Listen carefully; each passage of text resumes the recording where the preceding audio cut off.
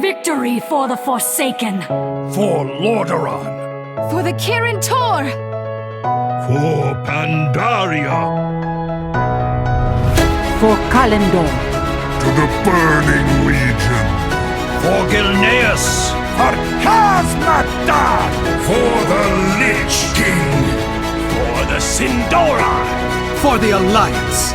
For the Horde! For Azeroth! Hey, greetings and welcome into episode 279 of For Azeroth. I'm one of your co-hosts, Sean. That's how it goes, right? That's what you're gonna do. And we're going to use that for the actual opening. I am one of the other co-hosts, Manny, aka the True Villain Manny, and of course, the third co-host returning is Lex. Hello, Lex. Hello, everybody. How's everyone doing? Good. I actually just realized co implies two. Should we be called tri-hosts? Should we Wait, be does co... choosing ourselves wait, as... back up. Does co... I don't think co implies two. Two. Yeah. Because you'd say, like, if you're like... Okay. If you're like a co-pole is two people. But like if I think you it's just if cooperative, working together. There's no number attached to that. Because like if you like get All right. divorced and you and your spouse both get remarried, you'd say you co-parent with your like. Yeah, but that's still Right? two. Yeah, ish. two. No. But That's like two. you'd co-parent with like the spouse-in-law, not No, in-law, it's two not parental in-law. groups that are co-parenting. No, but like you'd be I like, well, think- I co-parent with the stepmom is the word I was looking for, the stepdad, right? And that's four. That's four people. I think we should just remove all confusion and call us the Triumvirate. We are the Triumvirate of For Azeroth. We have Emperor Lex. Thank you. Caesar, True Villain Caesar, Manny. And the Sultan of Sean. Sultan of Sean. I like it. There we go. I dig it. The Leo in me is really happy with this. Go. I'll create new name tags for next week. Now, there is a lot to get into, as I was saying. We had so many announcements just last week and then more over the weekend. So this is a pretty jam-packed show, and I really want to get into this. The big thing is we have a release date for The War Within. This past weekend, there was the Xbox Showcase, the Xbox Games Showcase. And along with a new cinematic teaser, they dropped that The War Within is going live on July 1st. No, not actually. The War Within is going live on August 26th. Which is un-American, can I just say? un-American. Microsoft, get it together. Pre-patch on July 4th, though, so there's that. Wait, seriously? This is true. No, that's not. We don't have a pre-patch date yet.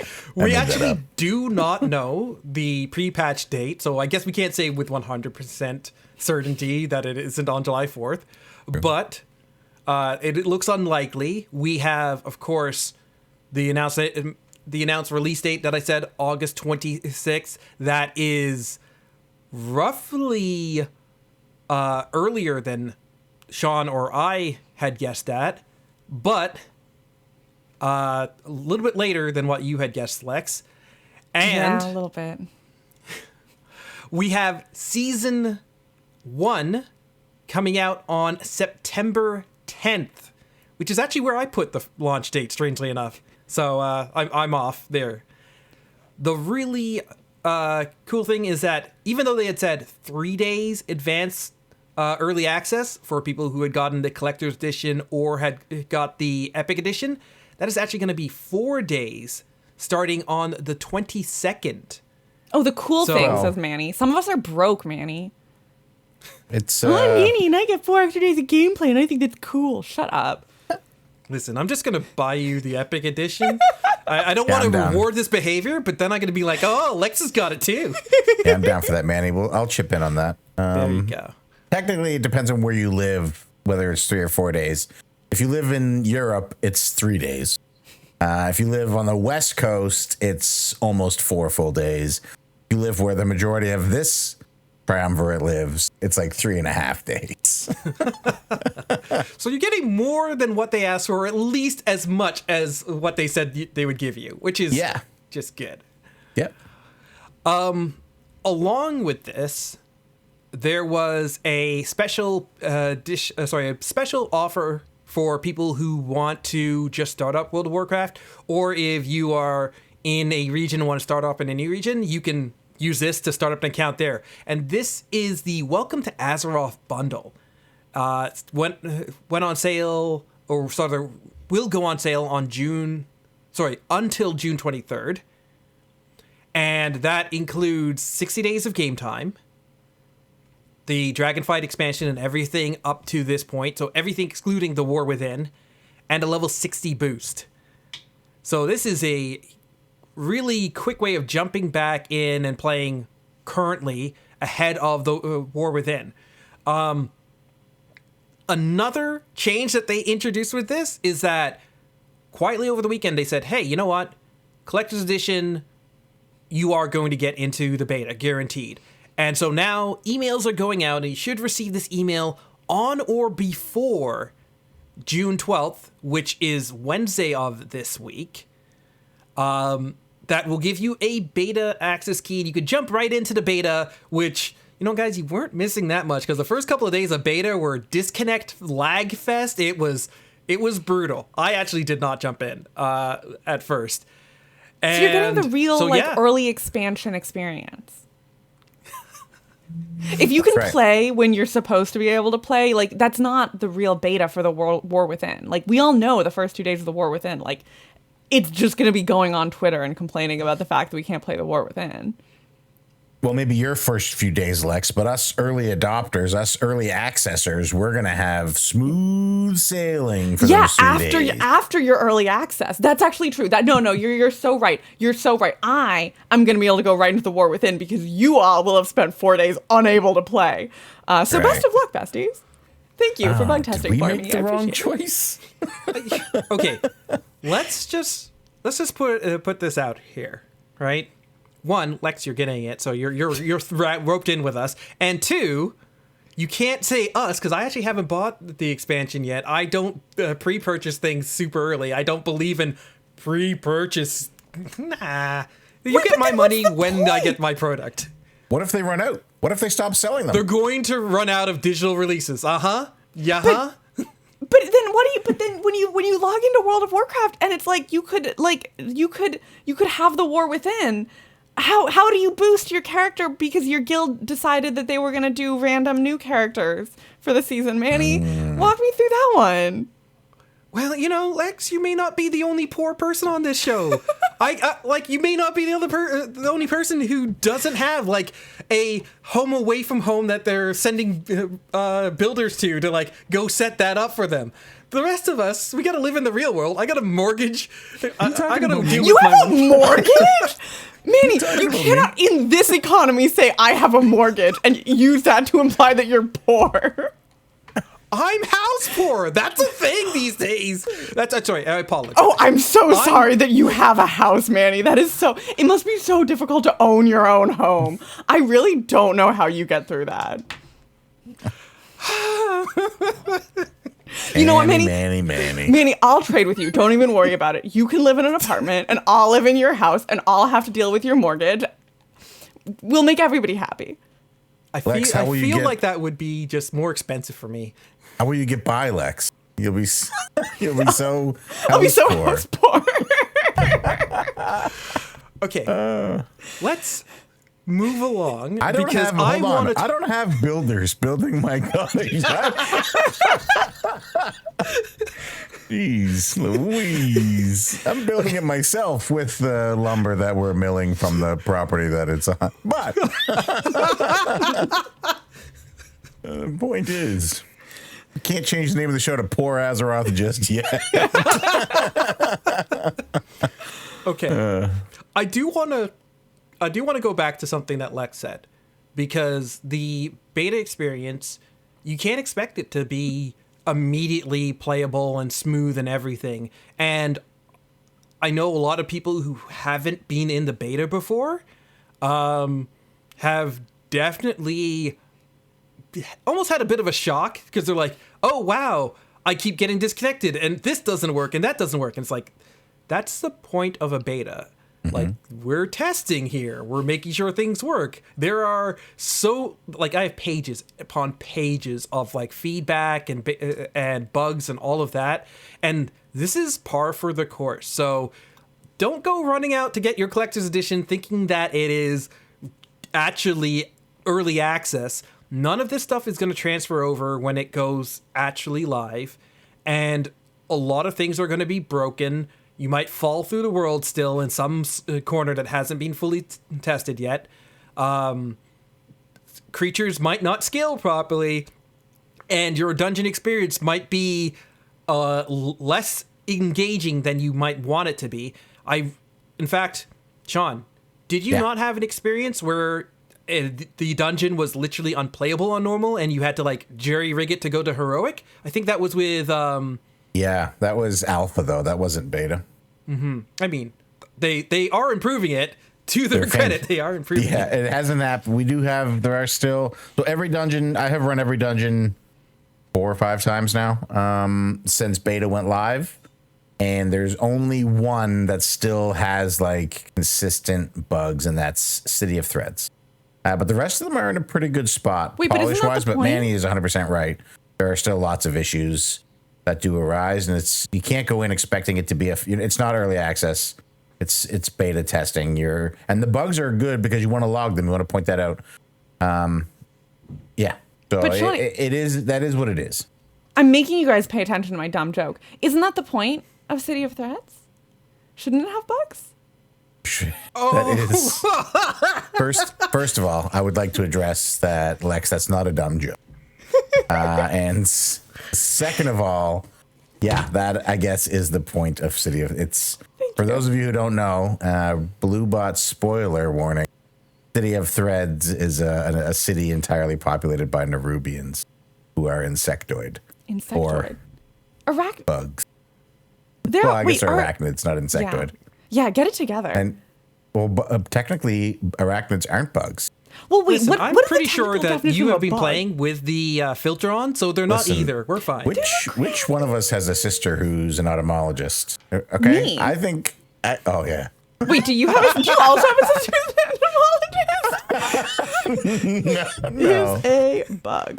No. I'll have somebody ask the workers at the cottage if they know if spiders are bugs. I'll put my research team on that. A bug is an insect of a large order distinguished by having mouth parts that are modified for piercing and sucking. I don't know if that's a spider, but I think that qualifies, yeah. And I've also dated a couple. Shall we move on? We shall move on. Manny's going to cut that out of the audio version of the show. No, But for those of you that's watching staying the in. YouTube version, that stays.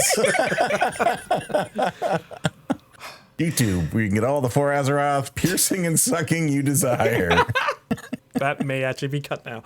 Okay, we're moving on to the big beta buzz, because we've been talking about like the announcements and stuff, but the beta was something that we talked about last episode. We've now gotten time to like dive into it and test out some of this stuff. I know, Sean, you've been doing dungeons like almost on the daily now. But there is a lot to test with the beta. And remember that we have about 12 weeks now, as of the recording of this episode, before it goes live. So it's important that we get that testing in.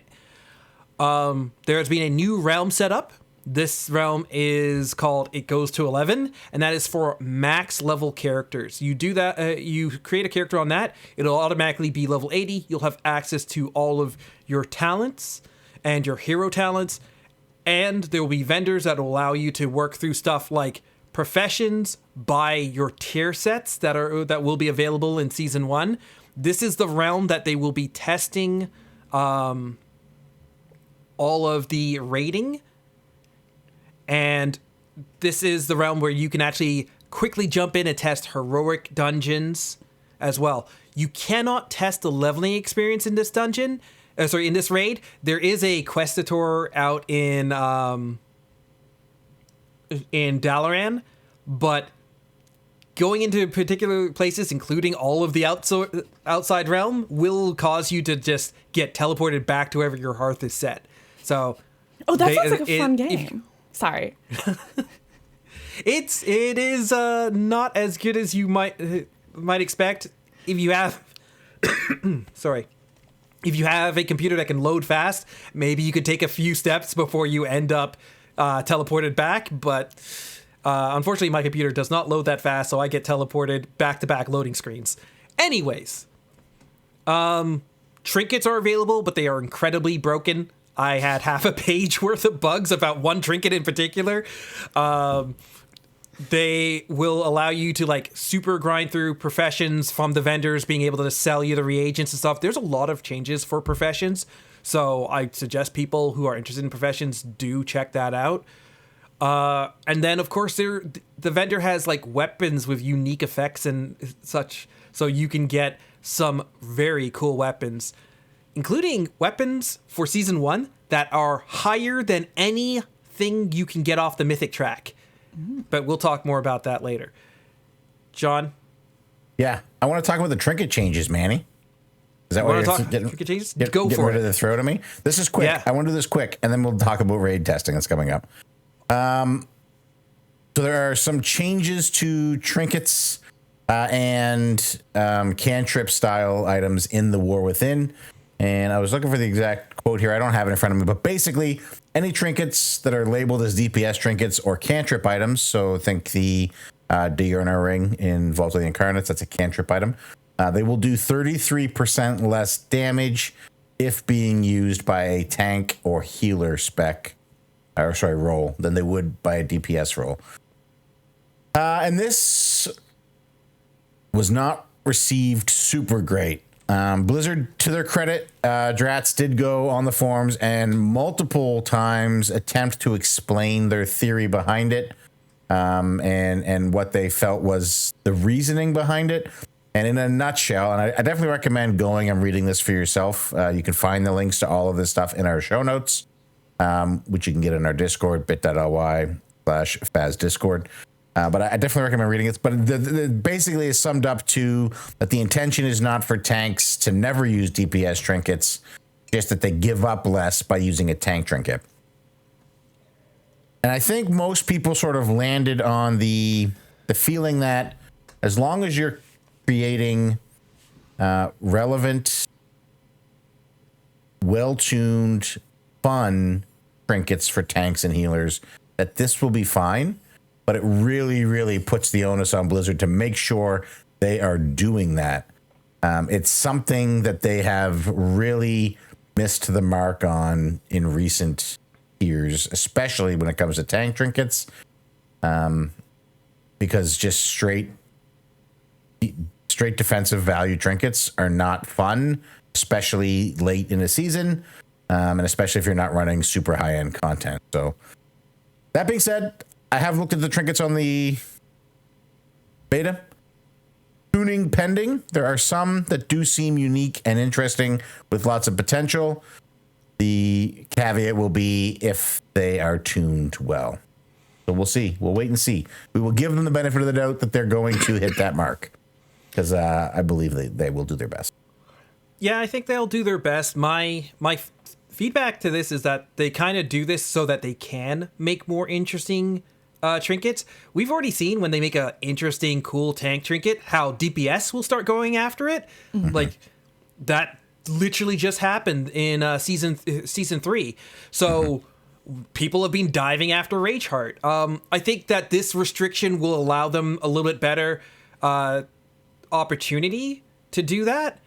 I would hate if they didn't do this and they made interesting tank trinkets or healer trinkets, because then I could just see DPS being like, I'm going to go stand in the bad. It's that kind of behavior like they had back in the start of Mist of Pandaria.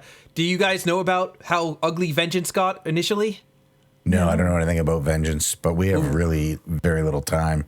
Yeah. But it just caused some degenerate behavior from tanks. Yeah. And anybody who knows the specter of what Vengeance did will agree with me. Anyways.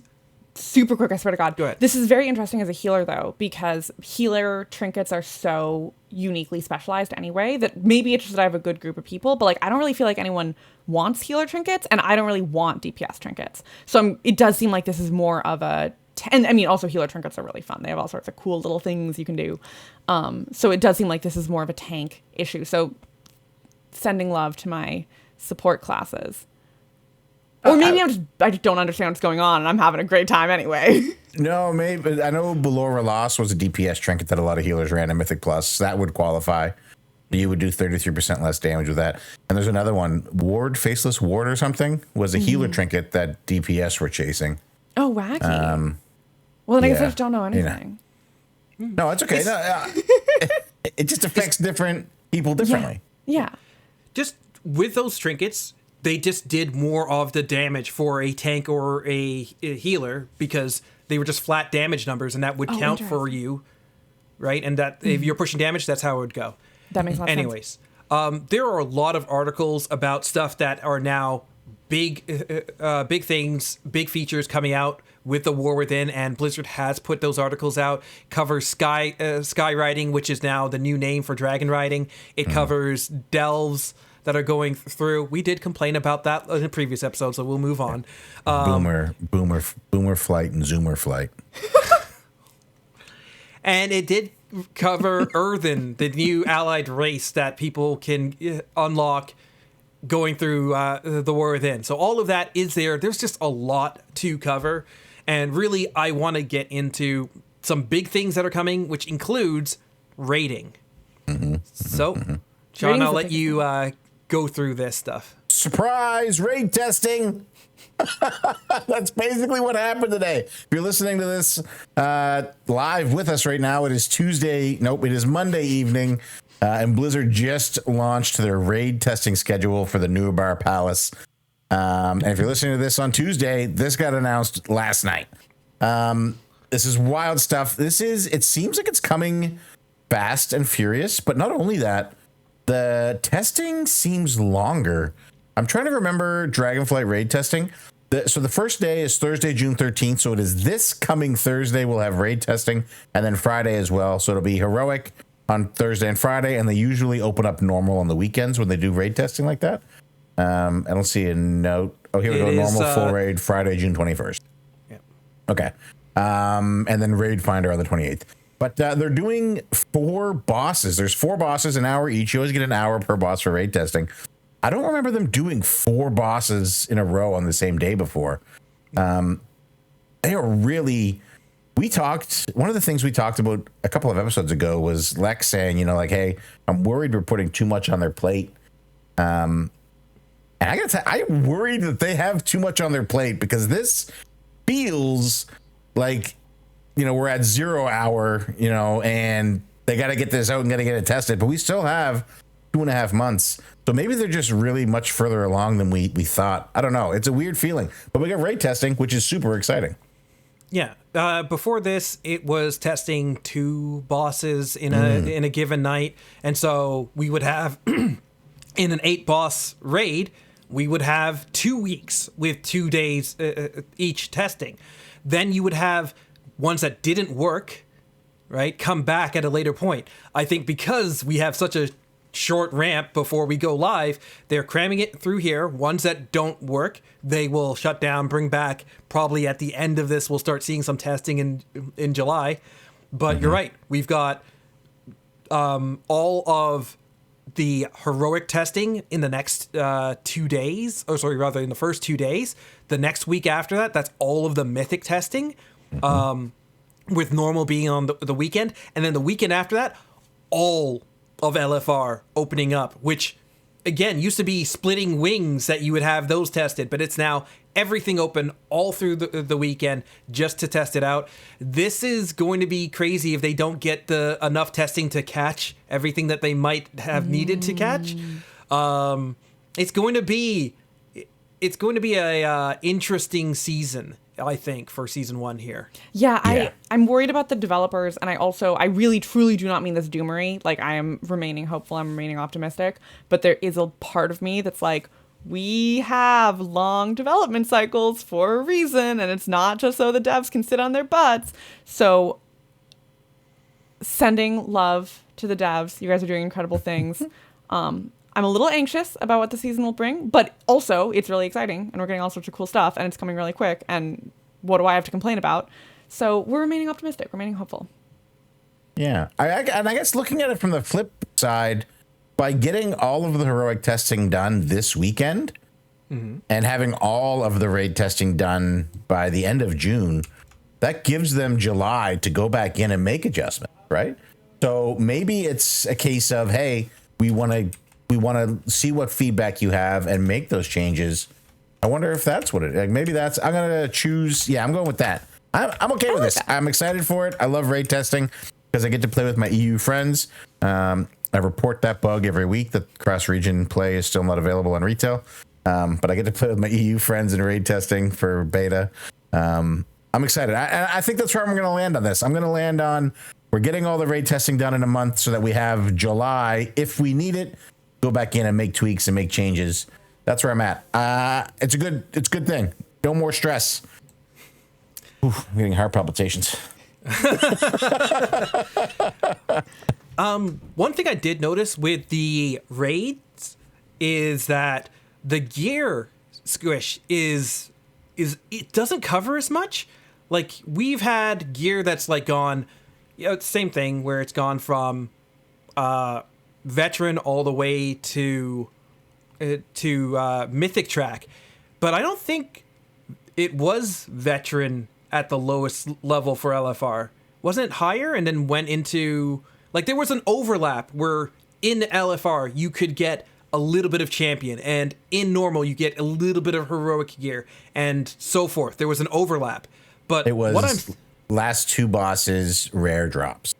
Yeah, which would go into the next tier. That doesn't exist in the item levels that they gave. Everything is within the same track. So LFR starts in veteran and ends in veteran. Normal starts champion, ends champion. Hero to hero, right? And that's very strange when you have Mythic only 4 item levels, except now the last boss is dropping above the Mythic track in raid. Oh. That must be really exciting if you do Mythic raiding. Yeah, Mythic raiding does have the ability to drop beyond anything that I guess you could get anywhere else again. Another incentive that they're giving out to raiding. So that's something to go for. So make sure you are checking out the testing and everything that's coming for the raiding. Yeah. Yeah, and give feedback. Like they're going to ask for it. Give feedback. We've said this so many times, the only way the game gets improved, bugs get fixed, and issues get addressed is through feedback. Holly made a tweet this week that they 100% get a lot of their direction directly from player feedback. So please make sure you're giving it. Just complaining in your own guild Discord's not going to help. Give that feedback to Blizzard. Even if they don't give you a response on it, they are reading it. Definitely.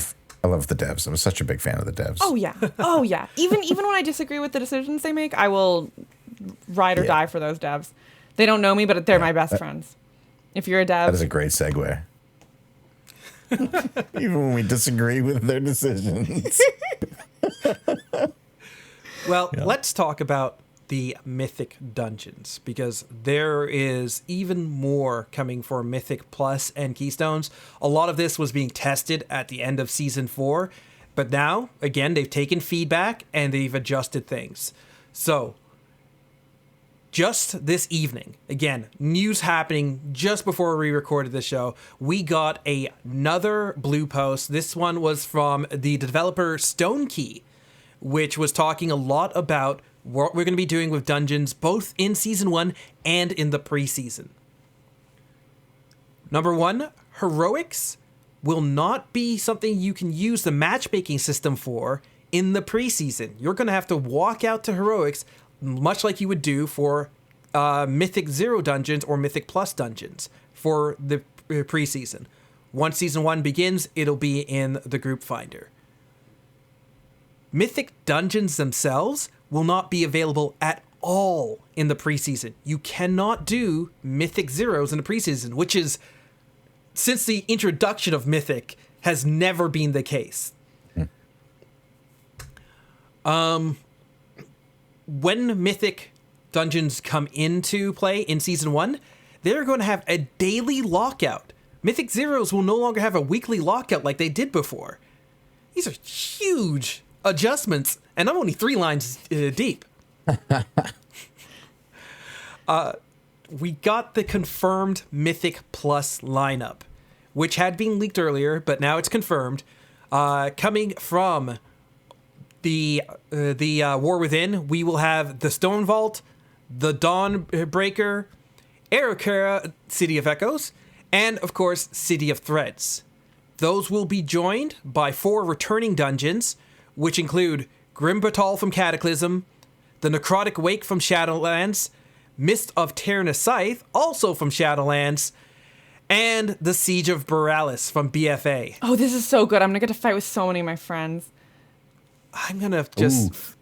Are you going to fight with them because you love Siege of Borealis or because you hate Siege of Borealis? So Siege of Borealis, I feel like I remember enjoying a lot in Battle for Azeroth. I mostly was thinking, okay, I might actually be about to sound really stupid if I'm misremembering. Mist of Tina Scythe, that's the one where like you have to like find the stupid thing and like run around Go through the maze. And then there's the stupid, and then there's the little, no, we're gonna end some friendships this season, but that's okay. Do you want to know my tinfoil hat / I think everybody's going to be pissed this season? Please do. Yeah, play it. Okay, so last week we covered that private auras were coming back in dungeons. Which dungeon do you think is going to be made 10 times worse by the use of private auras? That won't affect the maze in Tirna Scythe because that wasn't that was solved by clicking things. It wasn't on players. Oh, okay, good. Like you would look at the best way to solve that was an add-on where you would look at the different. You would send your healer to look, and then they would just select which ones that they saw. That private auras won't affect that. Wasn't the oh crap? What was that second boss where it would like pick one person and he would get chased and the stupid fox. I think it was the second boss. Yeah, no, and I know they exactly make it so that like the weak aura That's... can't tell you that hey you're being targeted. Oh, the fox. Yeah. Okay, right? so then you're gonna really have to like play it blind, and you're not gonna get the warning. That might break some people's hearts. Oh Lord! Sorry, I wasn't talking about the maze. I know the maze would be. I know the part you're thinking of now. Yeah, that fox. I'm pretty sure the second after boss. you get through the maze, it's the through fairy. Yeah. Because it would pick one person, it would chase them. You would have to either CC the fox. Oh, I killed so many people on that fox. If they put a weak aura on that one, I'm gonna cry. That's gonna break so my many friendships. friends who couldn't do that with a weak aura telling them they were targeted. Oh, one of which is me. I'm so bad at it. See, and you still remain friends, so it's okay. Well, it's Sean just gonna hasn't break tried to my heart run for a bit. Mist of Tina Scythe with me. Frankly, No, that's nobody right. recently. So sending love to anyone who ever has to speak to There me. we go, guys. We can make that like Manny, one of why our would you- goals. You gotta edit that out of the End show. the We can't have friendship. Blizzard hear this and think that that's a good idea. Who knows? They're taking our Like, I would feedback, love Manny. to They're know. listening. Yeah. I'd actually like to know from our listeners what they think will be private auras in these returning dungeons, or if they don't think private auras are going to go into the returning dungeons. They might just do it on the new dungeons. That would be nice. Yeah. Or they could just not do them at all. We will see. We will see.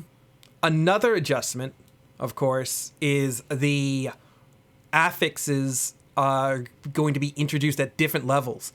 In Season 4, right now, you get your Fortified Tyrannical at level 2. You get, I believe, at 5, you get your second set of affixes. And then at 10, you get your last set of affixes. Correct me if I'm wrong, but I believe that's the case. Currently, yes, that's right. Now, in the War Within, they've lowered that. So at 4, instead of 5, you will get your second set of affixes. And at 7, we're going to get the last set of affixes. Yeah. We should clarify. We think you're going to get your second set of affixes at 4. But Blizzard does have a note. They just released the Mythic Plus. Their idea behind it, we should read their like theory on what they want to do with affixes here. It's coming up soon. Mm-hmm. But it ends with them saying, hey, we're still looking at Tyrannical and Fortified, and there's a chance that we're going to remove those. So if those get removed, then +4 becomes your first affix. Mm-hmm. There might be no affix up until +4. Wishful thinking, I know, but they specifically mentioned it. Yeah, they did mention it. I think that Tyrannical Fortified I think They're the that worst. if they lower it a bit, I think right now it's too much of a divergence. And I think if they weakened it, I think it's a sweet spot. I don't want it gone entirely. And I know that's an unpopular opinion. But you got to give Wrong. something to the people who don't even get to 4+, right? There are people who play at that range, and you've got to give them a little bit of variety. I would argue the timer is the variety for them, because they go from Mythic 0 with no timer to having to play within a timer and get a certain score.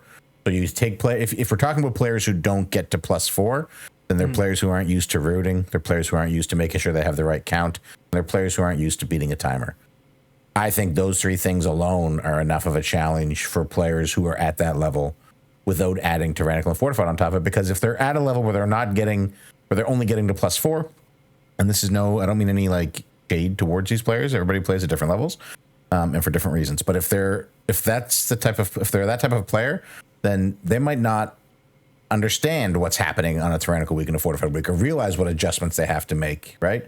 If you cap out at +4, if +4 is your cap, then it's a very real possibility you don't realize I have to pull differently in a Fortified week than I do in a Tyrannical week. You know, I think having the timer and having a count, I think those are enough. Personally, I don't know. I don't.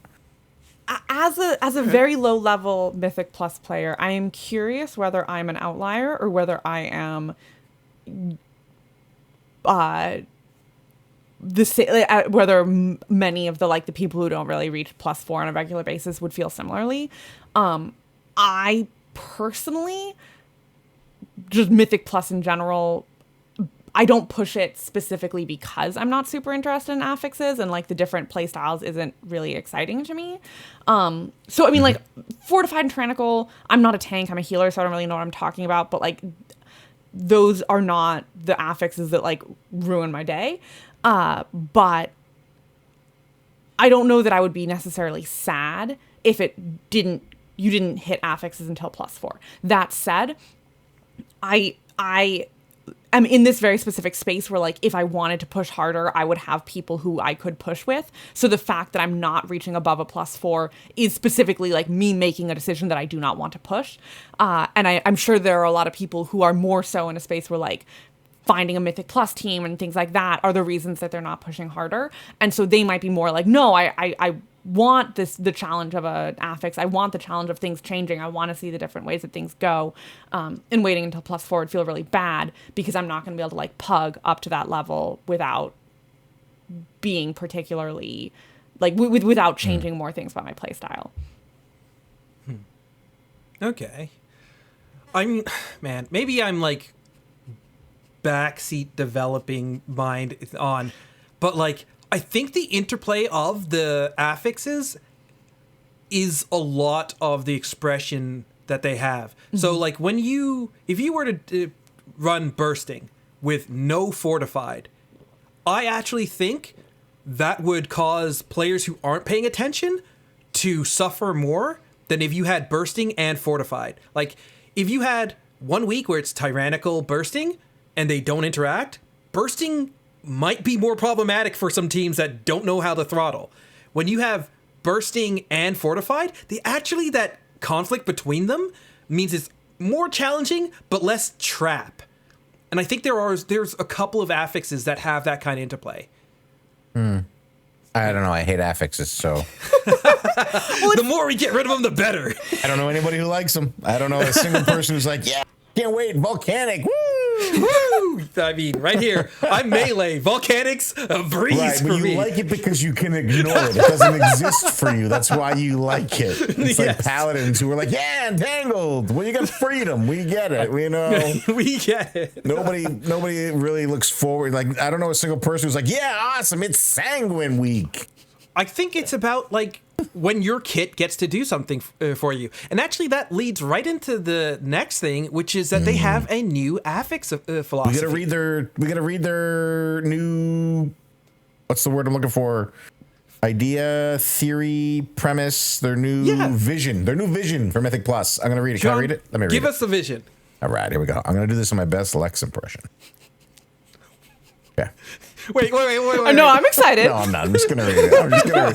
Okay, all right, I'm ready. I'm ready. I almost fell out of my seat last You time. missed it last week, Lex. I did a Lex impression. Oh no, I'll have to go back and watch that. Pretty good. Oh, I have full faith. I think it's gonna be incredible. So, before we dive into the specifics of the new affixes, we would like to outline our goals and the purpose these affixes serve. Our overarching goal is to minimize the mechanical overlap between affixes and dungeon trash design in the current +4 affix bucket. We aim to achieve this through a more passive approach, focusing on the following objectives. Shift the source of challenge to the dungeon itself by simplifying affix design and emphasizing creature abilities. Reduce visual noise, nameplate clutter, and the cognitive load on players during trash combat, and allow for varied and context-specific gameplay decisions depending on the dungeon they are applied to. Additionally, these affixes will include a positive effect. The aim of these positive effects is to highlight different damage types each week, allowing each specialization additional opportunities to excel during the season. These effects should feel like a bonus, offering an advantage for different damage profiles each week without being essential to complete a dungeon. Players will have an opportunity to flex towards different talents, gearing options, and consumables to capitalize on these effects. I just want to say, I absolutely love this direction and this goal and the fact that they are willing to make these changes. That is a hit. 10 out of 10. What you want for this is amazing. You have some concerns with how it plays out, though. Yeah. You want to talk about the affixes? All right, let's talk about these new affixes, and you guys can tell us if it hits the goals or not. So, first one is Reckless. Non-boss enemies without mana ignore 20% armor with their attacks, but their armor is reduced by 30%, and they take 10% increased arcane damage. The next one is Thorned. Non-boss enemies without mana inflict physical damage to their attackers when attacked, but take 10% increased holy and shadow damage. The third one is Attuned. Non-boss enemies with mana inflict 20% increased magic damage, but take 10% increased nature damage and 30% increased damage from bleed effects. And then the last one is Focused. Non-boss enemies with mana have 30% increased haste, but take 10% increased frost and fire damage. So I have a question, because I exclusively play Mythic Plus with my guild. I do not pug. If I do pug, it's like one person, and it's because somebody else is telling me, like, oh yeah, like this is how we'll do it and this is how we'll handle it.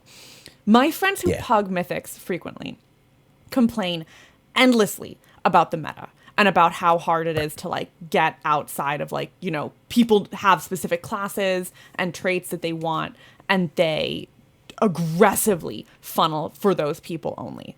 I'm curious because the first thing I thought of when I read this is like, oh, this is going to make it much harder if you're outside of whatever. Like, this is going to make a stricter meta, right? Where like people are going to be driving for like, oh, well, we have to have, you know, mages for Reckless, and so it's gonna be much harder to get in, or we have to have, I guess, like paladins and shadow priests for Thorn. Like, I'm curious if that's real though, because that's not something that's ever gonna affect me, and so I don't know how it actually plays with the pugging in general. That's not real, because you're just gonna take classes that do chaos damage because it's all schools.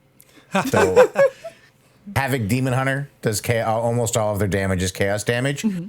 Chaos is everything. So every single week, Havoc Demon Hunter does a damage buff. No matter what week it is, they're buffing it. Warlocks, chaos damage. So they're going to go every week. Oh, fascinating. So no, it's not going to, you're not going to have to fight week to week. You're going to have to be a Demon Hunter or a Warlock. So I'm going to push back against that, because while like chaos damage will hit any of these damage types except for the bleed, there's a week where they're dead. Right? They have bleeds too, though. And there's also nature damage. There's 10% increased nature damage that week. I don't know warlocks that have bleed, but oh no, not warlocks. Well, sorry. who cares about warlocks? Who plays a warlock? Frothing at the mouth. Okay. Anyways, there is also the fact that a lot of these upsides can be countered with the right kind of comps or the way that you go through things. You can get potions or items that do the right school, so that if you aren't doing that school naturally, you could just have some proc that does arcane damage and stuff. And we have seen that with the professions. Hey, there's a link into professions. You can also do things with your utility in order to counter some of the upside that these stuff have.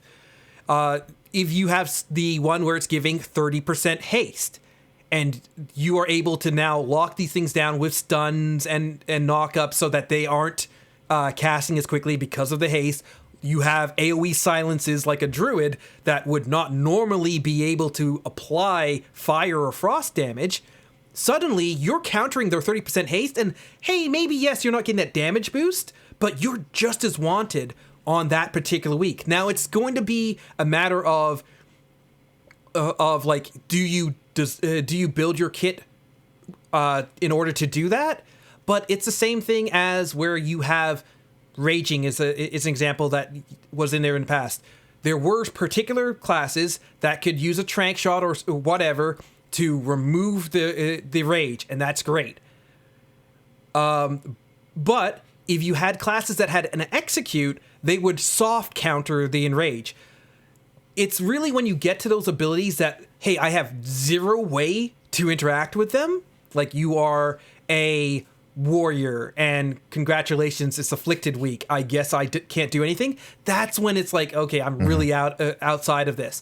But these ones are soft counterable. And like, yes, there are going to be those classes that really benefit on it. Frostfire Mage is going to have a absolute great time when you're up against focus that take damage from both frost and fire. Hooray! And they'll be great on that week, but they won't have that advantage every week. And so I don't think it's going to be everybody stacks warlocks and demon hunters. I would love to believe that is what will happen, but it's not. Players gear one character, right? If you have one class, and you mentioned one of the things you mentioned is counterplay is stuns. Well, demon hunters also come with a ton of stuns. Having 100%, I will bet anybody right now, any amount of money, Havoc Demon Hunter is in the meta next season without a doubt. There is no question in my mind. And when I say in the meta, I mean title group. So in the title, that's what I mean by meta. But the reason that this is a problem, so right now in season 4 and in season 3, it was also the same. Actually, the same meta 2 seasons in a row. But in season 4, 94.5% of the tanks who are in title range are Vengeance Demon Hunter. 94%. There are literally 6 Prot Warriors in range. There's 292 Demon Hunters. There's 6 Prot Warriors. There's 3, I think, Brewmaster in title range. Why is this a problem? It's a problem because people that play the meta, who want to do these things, need to play one of the classes that are in the meta. I understand what they're trying to do here to get around it, but I think they're missing the mark. People aren't going to, top pushing key teams aren't going to only take a player. Okay, we have a mage. We're going to take a mage 1 out of 4 weeks. And then the other week we're going to take. It's a team of 5 or 6 people. They're going to play certain classes. They're going to play the classes that benefit the most from it. Right? Those top teams aren't cycling through people every week, which is what the goal here is. And I understand that at the plus 10 range, the plus 5, the plus 10 range, that's what they're aiming for. They're trying to make it better for those. But the problem is, and as almost every problem in this game originates from the player base, what people see the meta doing at the top, they think I have to do that for my plus 10. And then it trickles down. So there is a disproportionate amount of Vengeance Demon Hunter tanks down to plus 10 right now. And I think Vengeance, because fire damage is nature damage, is fire is covered. So they do fire damage. They do chaos damage with some of their abilities as well. They have better defenses against magic. One of these things is magic damage is increased. I think if you're running Havoc, you're not going to run Vengeance probably. Although all of their AoE stops and silences still help them. I mean, there's a a non-zero chance that you could see Vengeance and Havoc in the meta.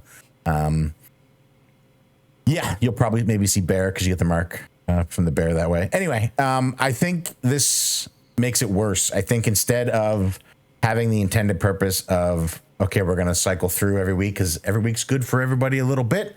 Those people at the top aren't like they're not running a roster of 8 people, you know what I mean? To pull them in. They're running 5, maybe 6 people, and they're going to take the ones that benefit the most. And there are just some classes that you benefit from 3 weeks. You know, if you benefit from 2 weeks, you're good. If you benefit from 3 weeks, you're locked in. And then they just won't play the week that the team doesn't benefit from it because it's, you know. I really think because of the way they chose to do the kiss, I think it's going to make it worse. And I would actually be very surprised if it goes live this way. I think the feedback they're going to get starting this weekend really pushes them off of it.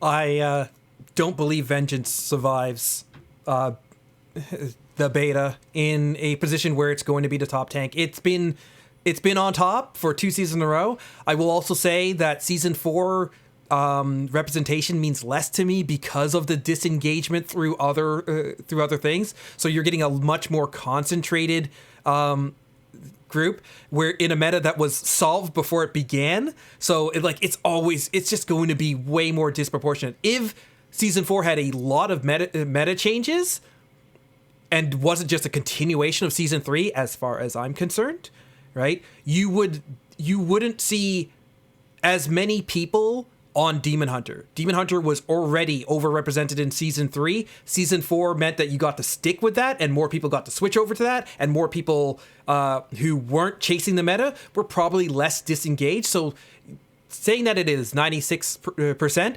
does not surprise me at all. I just don't believe that that no king rules forever, guys. No king rules forever. They are going to get hit with a nerf bat. They are this season's Guardian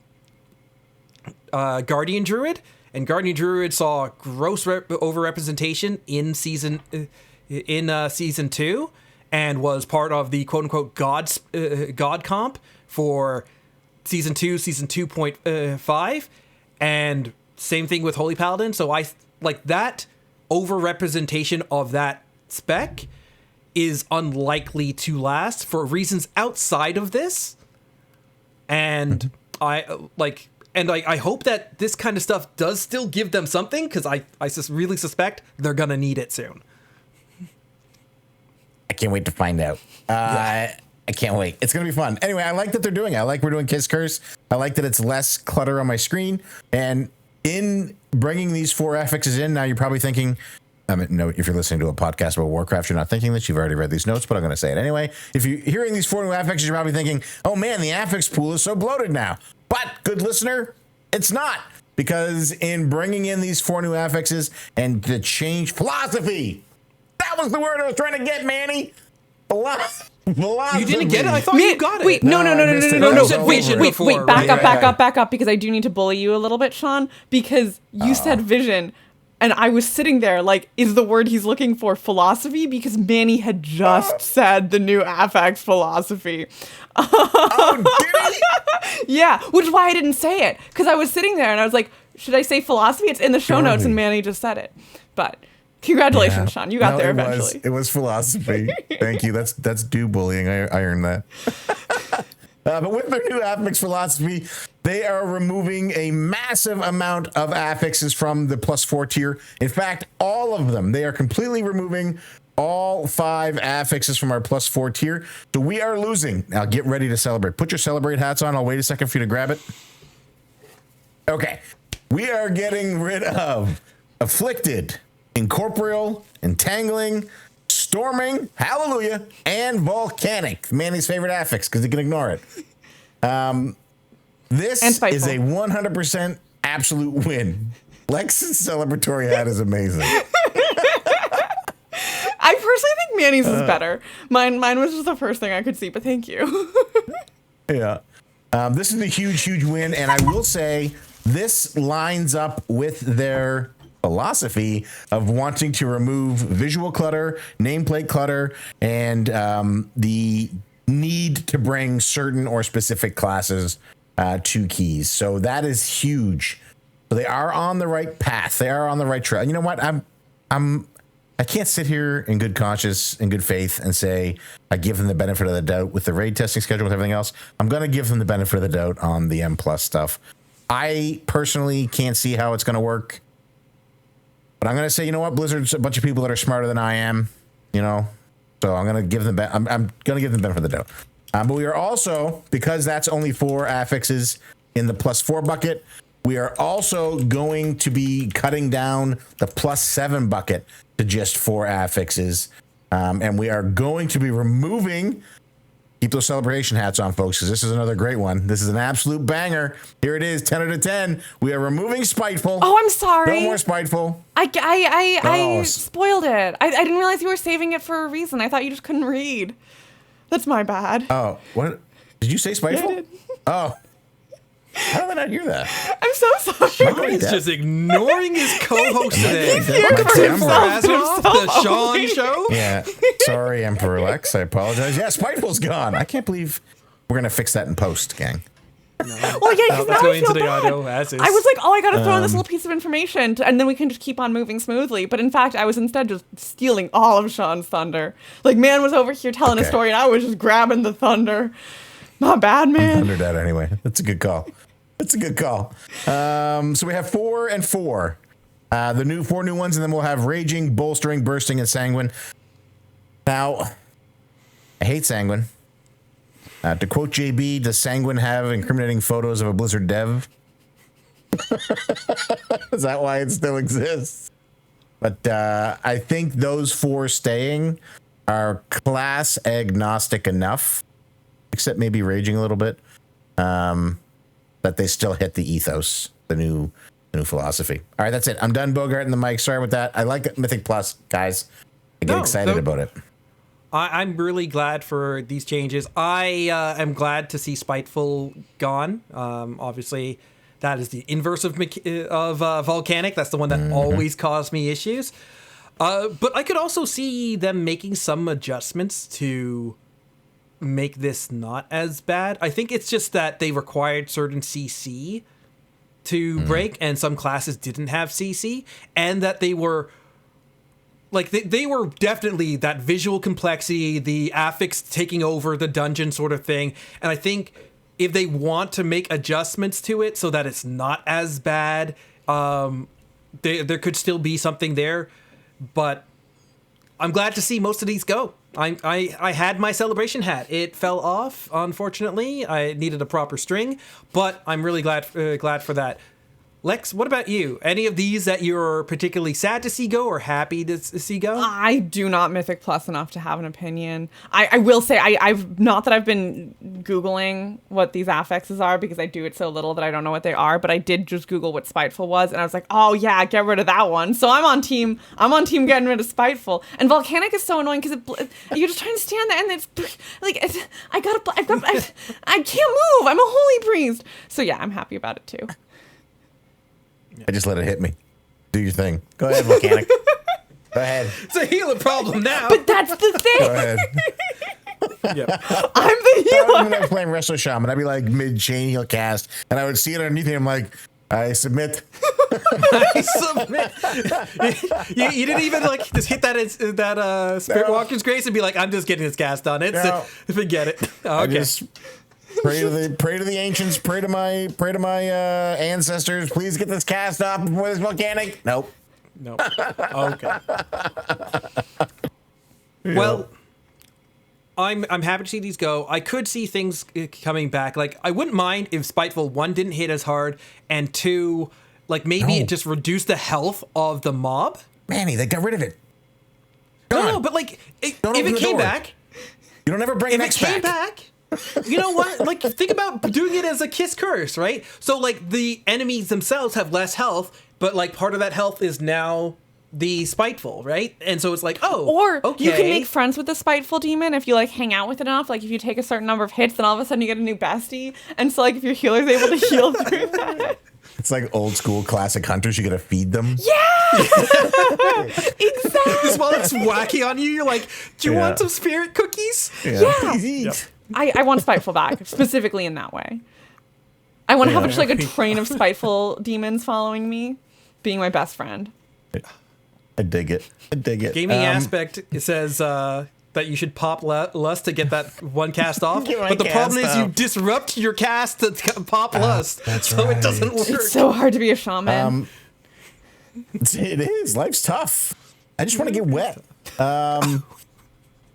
Sanguine can be fixed if you just gave us a grace period. Give us a 1 second, one beat before it starts healing the mobs so that I can actually move them instead of me having to. Anyway, we'll talk about Sanguine another time because, gang, I got to tell you, we're not just doing raid testing this weekend. We're doing Mythic Plus testing this weekend as well. And it's going to be a banger. Lex, let's say you had the beta, which you will once Manny and I buy you the Epic Edition. Would you guys, I want to be clear, you guys don't actually Mythic have Plus to test? buy me the Epic Edition. I love to be able to whine about being poor. Like, I don't want... I feel like I apologize. It's already happening. You can stop your protest now. I feel like we do need to. Well, thank you. I mean, there's certainly... a power imbalance. That's fair. We're going to just drag you into all of you Sean's raid. have all the power. He loves taking his sweet time so you could check everything out, just like take in the scenery then it's gonna and be stuff. great to bring me into the He's actually raid. a little phobic about like what he pulls, so like you might get bored on your healing there, but it's gonna be fun. Okay. Don't you worry. Amazing. We love fun. Manny's lying to you. Oh, does he pull really big? It's gaslighting. It's not lying. Well, It's no, it's because something it'll else. when I'm in, it'll become the truth. Because you can pull as big as you want, you're gonna die. Like you're gonna have plenty of time on the run back. Like don't yeah, you you're the worry about healer. it. Exactly. That's why it's gonna be perfect.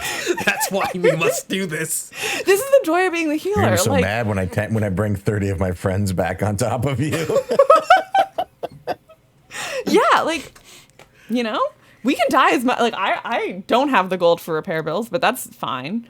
I just won't repair my stuff, and then you'll die more. Like not my problem. It's beta. You get a buff. You don't take repair damage. It's Wait, great. really? I've But never had what beta. you do, yeah. Okay, don't worry. This will be a thing.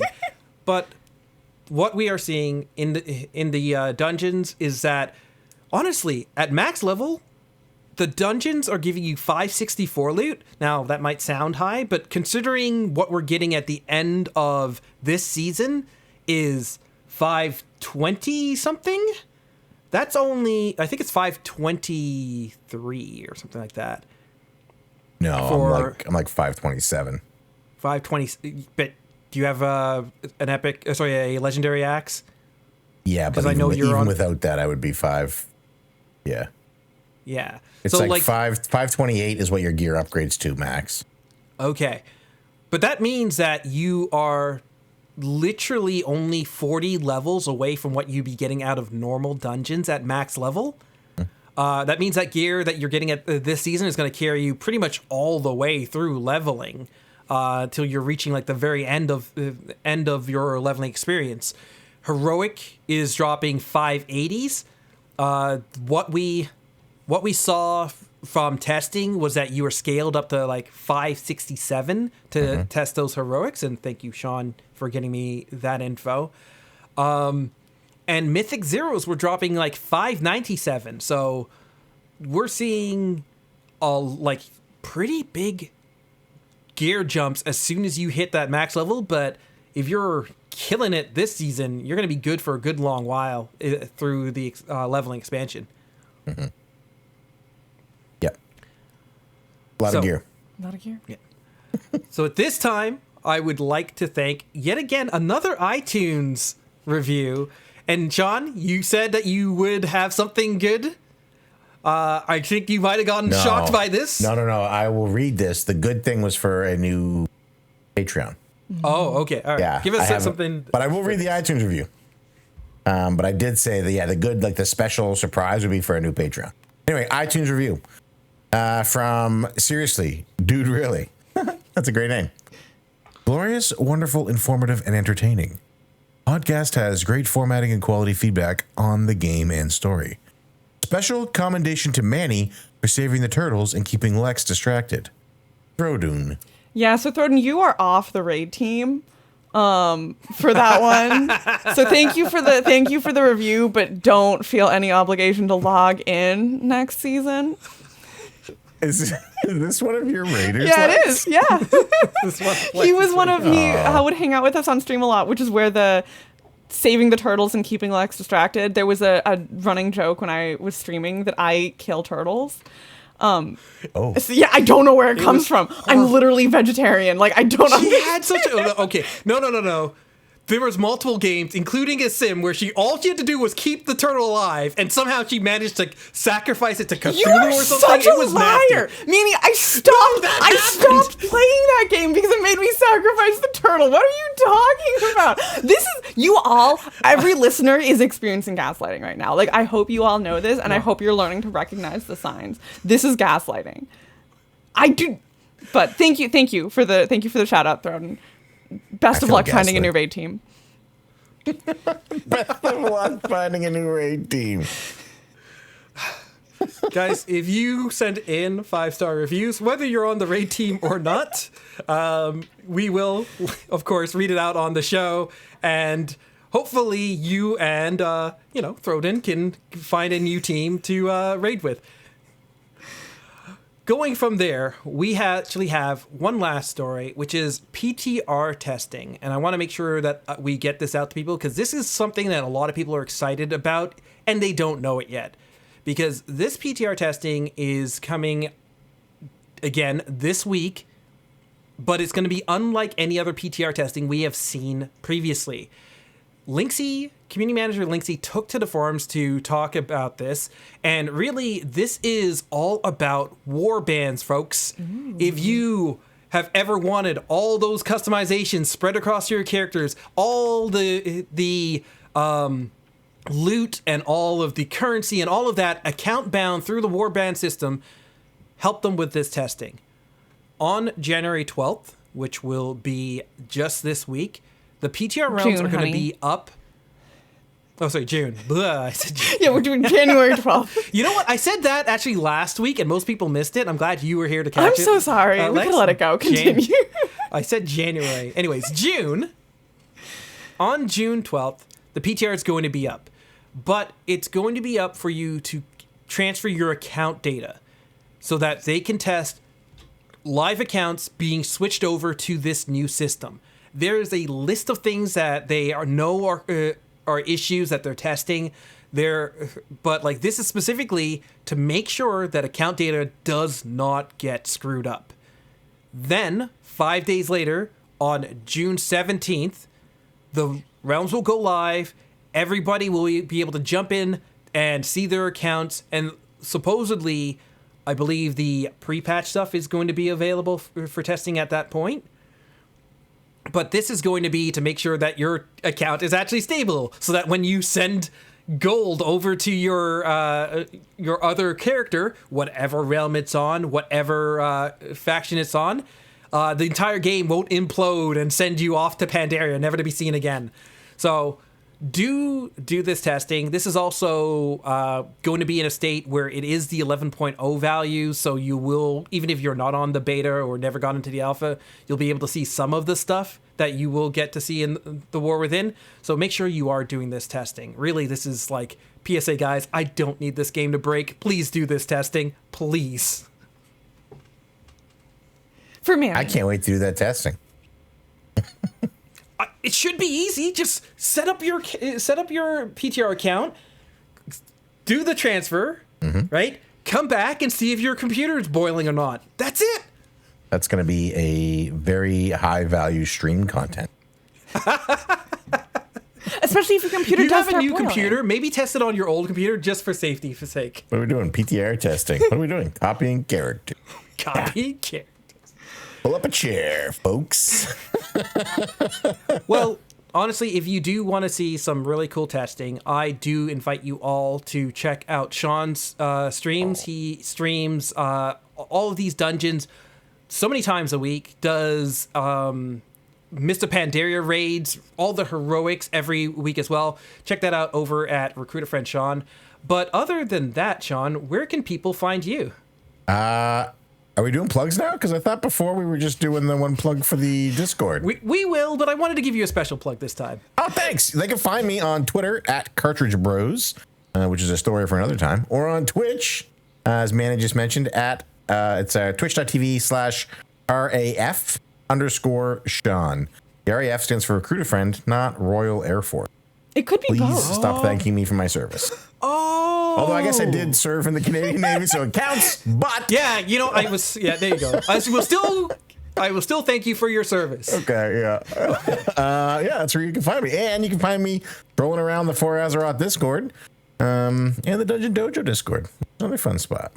There you go. And if you need to get to the For Azeroth Discord, that is bit.ly/fastdiscord. And until next time, guys, may all your hits be crits.